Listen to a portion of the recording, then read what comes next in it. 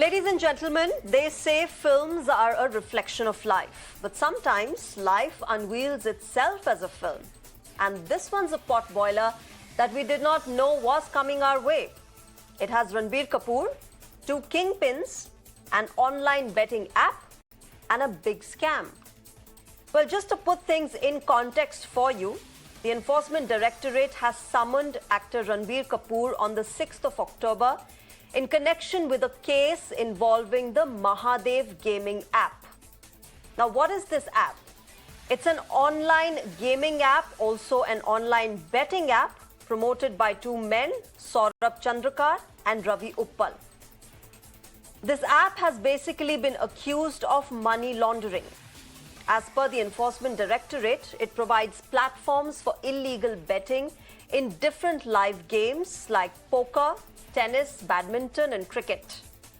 One can also play card games like Teen Patti, Dragon Tiger and virtual cricket matches on this app. Now, Saurabh and Ravi allegedly operate a number of closed groups on various messaging platforms. And they also run 4 to 5 similar platforms, which makes them a profit of a whopping 200 crore rupees every day. Now, how is Ranbir involved in all of this? Well, Ranbir Kapoor appeared in a few advertisements promoting the app. And the money that he received for doing so is allegedly the proceeds of the crime that the app has been accused of. But beyond all the Bollywood blitz and the glamour that surrounds this case, let's understand about online betting in India. How does money laundering take place through an app? And why should you be careful in your online transactions? I ask all these questions to my guests tonight. Let me first introduce my panel. I am joined by Mr. Lloyd Mathias, Technology Executive. Mr. Kishore Subramanian, Financial Expert, joins us. And Ms. Sunita Oja, Advocate, also joins us on the show. Good evening and welcome to all of you. Namaskar. Thank you so much for joining us on Mirror Now. First to you, Lloyd Mathias. This is a very, on the face of it, it looks like a very simple case, that of a gaming app being used for money laundering. But I'm sure it has a lot of complexities, which people like me who are not very, who are not very aware of the nitty-gritties of such apps, they know of. Help us understand what this case really is all about. We know that, it's got its own star value and all these Bollywood celebrities have been summoned. But first, help us understand what this case is really about. What has exactly happened? Thank you, Shreya. I think in essence, betting has always happened. What is happening today is using online, the networks are much wider. So people are not just playing across people they don't know, but across larger geographies and even internationally.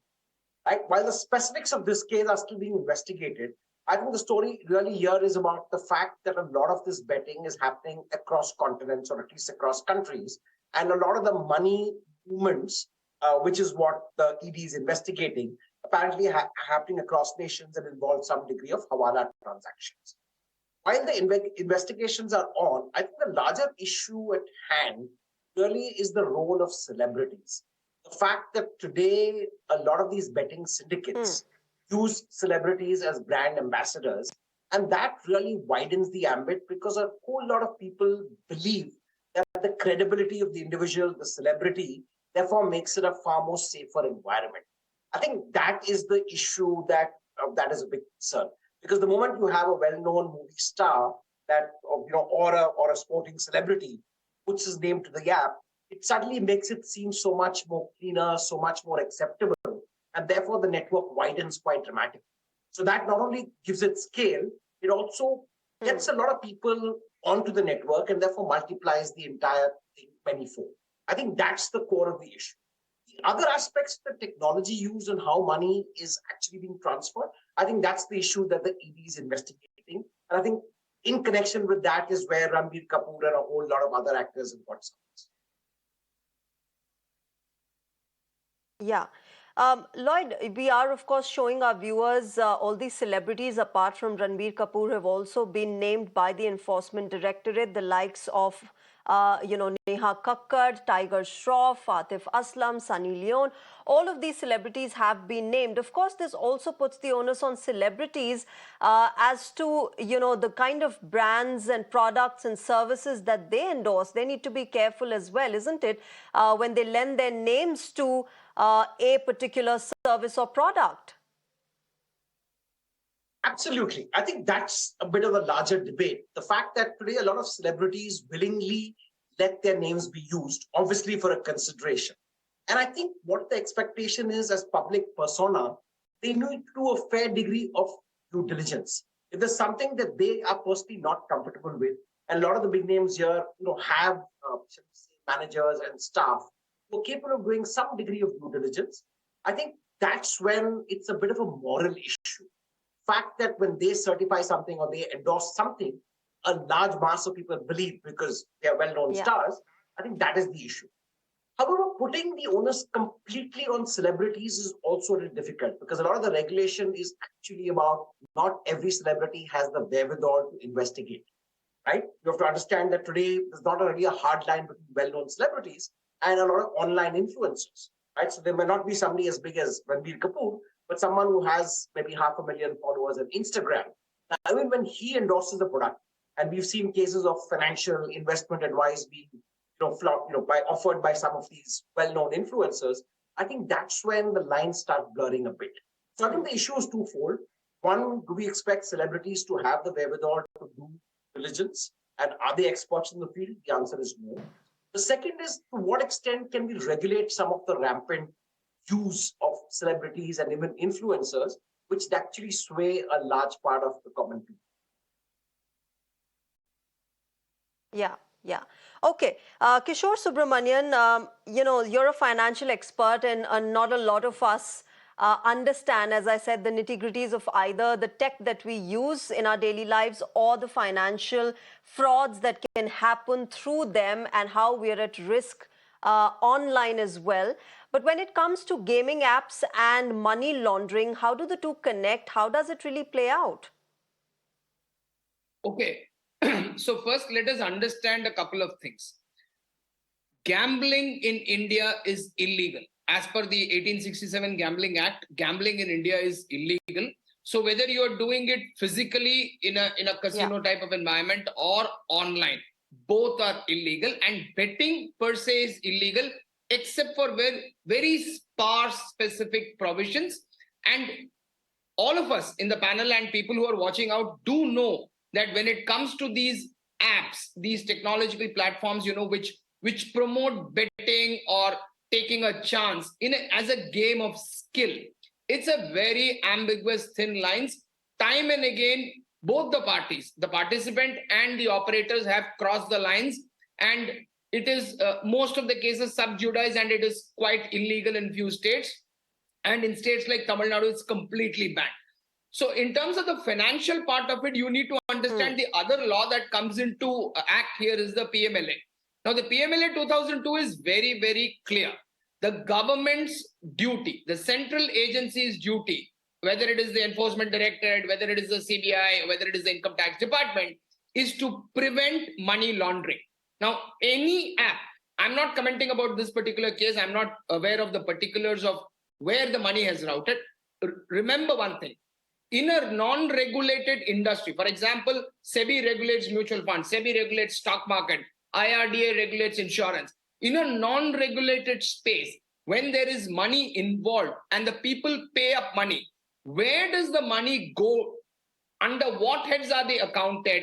How are they paying the tax? What is the GST, the indirect tax and the direct tax involved? And is it a legal source of income? This is what needs to be prevented. And I think in this particular case, the ED has gone after the laundering part, where the inflow of the money has happened from people in small parts, accumulating to a large sum of money, and where it has gone and how it has been filed. Now, coming to the second or the very important part is, why does it happen in the fundamental place? As a consumer, as a customer, Most of the individuals are looking at these apps, whether it is an online rummy, whether it is a betting app, whether it is a Dream 11, you just name anything. People are trying to make quick buck.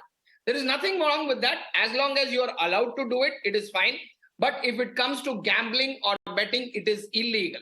So it is the responsibility of the individual to ensure that is he a participant in that.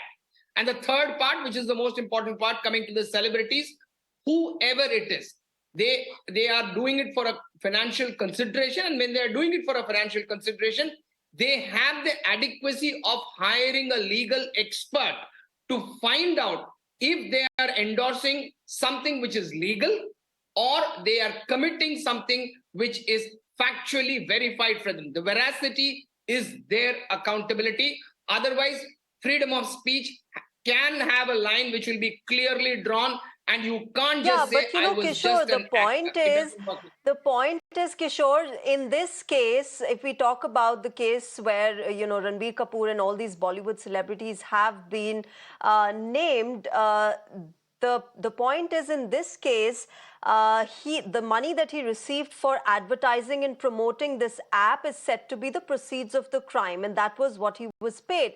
But how would anybody know where this money is coming from? You're not sitting there tracing the money about where this money can be traced back to and how it came to this particular person. You just do your job, you get paid, and you go move on. No, it's not as simple as that. Now, let's say I'm a celebrity, assume hypothetically, and I'm endorsing a product. I need to do my due diligence. Say that I went ahead, I had 20 crores in cash, I bought a company, but that company was doing an illegal activity. It is not, ignorance of law cannot be just washed away under the carpet and said that I didn't know about it. And specifically when it comes to a celebrity who has the wherewithal financially and expected to be intellectually, appointing somebody who can do the due diligence. So the due diligence is the owner of the celebrity, is the owners of the celebrity, and he or she has to do the due diligence. Point number 2, there will be questions arising as to how have they made their money. Is it in cash? Is it accounted? Is it income tax verified? 4, who is paying the money? You need to be very clearly aware of. You cannot tell that I did not know. I received the money. I don't know the source. Now, if the company was a registered, legal, proper entity, and then the source of money has an issue, then probably the actor can defend, or any celebrity can defend his position, but blind defense will not run here. I, as a customer, can say I was ignorant, pardon me, all that I participated was with 100 rupees or 500 or 1000 rupees. That probably the court may take a lenient stance. But as a celebrity, if I have endorsed for consideration, and if the consideration has come as cash, then source becomes important if the fundamental operation of business is an illegal activity in India. Okay, Sunita Ojha, I want to get you into this discussion and talk about the laws that govern online betting, online gambling, and we've talked about the Public Gambling Act of 1867. Now, the very fact that this act is from 1867 clearly indicates that it hasn't been amended or involved into taking into consideration the online part of it, something which is very new to our world, something which is largely unregulated as well so far. The kind of case that we are seeing now, what are the kind of laws that really apply when it comes to online gaming, online betting in India? Thank you, Shreya. When we look at the legal regime for regulating online games, online betting, there is a lack of clarity, and the matter is sub judice, like some of our commentators said today. So therefore, the final outcome is yet to come. That is number one. Now, because one is, of course, betting, etc., is also a state subject. There are different states having different legal regimes. Some states have some sort of permission, etc. But in the today's context, when the reach of any online games is wide, it is not confined to a particular state. It certainly requires a modern kind of a legislation to regulate these activities. That is on the gambling part. As far as I think you, time and again, you have referred to the responsibility of celebrities. I want to point out that if you look at the Consumer Protection Act of 2019 onwards, that whole ecosystem where celebrity influencers are called upon to take responsibility of what they are endorsing, they have the law recognizes today that they have power over audience. They have the power to influence audiences decision making by endorsing a particular brand or endorsing a particular service, etc. So the law in fact makes it mandatory for the celebrities and influencers to do their due diligence. So the due diligence part is not as a matter of just an abundant caution. It is a matter of prerequisite for any celebrity to take up any brand, to take up any product for the purpose of endorsing. That is number one. Number two is such if these violations can actually result in fine, even from that's I'm talking about the civil law aspect. Now coming to the Money Laundering Act. Now, Money Laundering Act, as far as India is concerned, it is the legislation on money laundering is a part of India's commitment to international effort for preventing money laundering. Like whatever information which is available in the present case, you see here the companies in UAE, all different, different people are operating from different parts of the globe. So now the ED goes where the proceeds of the crime go. So if the proceeds of the crime has been used in the process of getting Mr. Kapoor's to endorse the product, then that certainly ED is going to go after it and ED is going to inquire it. And like one of our the commentator pointed out, if the money they have taken it in a proper way with invoice, the payments, etc., then that should be that should at least prima facie give an indication that yes, he has done his due diligence. If not, I'm sorry, PMLA Act is very, very strict and very, very stringent, and it gives power to ED for search, seizure, call the people and ask questions, grill them over where is the money come from. So all those questions, and they're liable to answer because they ultimately at the end of the day, which is what we can expect on the 6th of October when Ranbir Kapoor has been summoned by the Enforcement Directorate. Lloyd Mathias, to you, apparently this case came up when, how it came up was when, there was this lavish 250 crore wedding that took place in the UAE of one of the promoters of the app. And then that was, you had all of these Bollywood celebrities there, performing there, taking money there as well. But apart from that, what this app used to do was the fact that it used to have these closed groups that you have on messaging apps like Telegram and WhatsApp.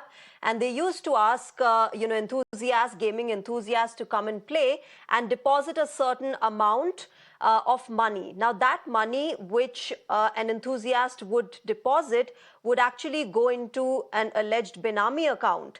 And eventually, when you get used and get involved in the gaming part of this whole thing, in most cases the gamer was not winning, it was the company which was winning. This kind of a trap that takes place, that might be existing in several other apps as well. What do we as users need to be aware of? How should we be alert as to not fall for such a trap? Shreya, I think as one of my co-panelists said, very clearly recognized that gaming in India is technically illegal. A lot of states have other clauses. So I think consumers need to have their antenna up on that count. That's one point. The second point I want to make, and possibly take a little issue with my co-panelists, is that squarely putting the blame on an influencer or a celebrity and assuming that he does the due diligence, I think sometimes overstating the case. The reason I say so is that not all celebrities, not all influencers have the resources of a superstar, like in this case, Mr. Kapoor. And very often, you have to understand that celebrities do things in good faith. They do it in good faith after doing whatever little diligence they do, because maybe they believe in the cause.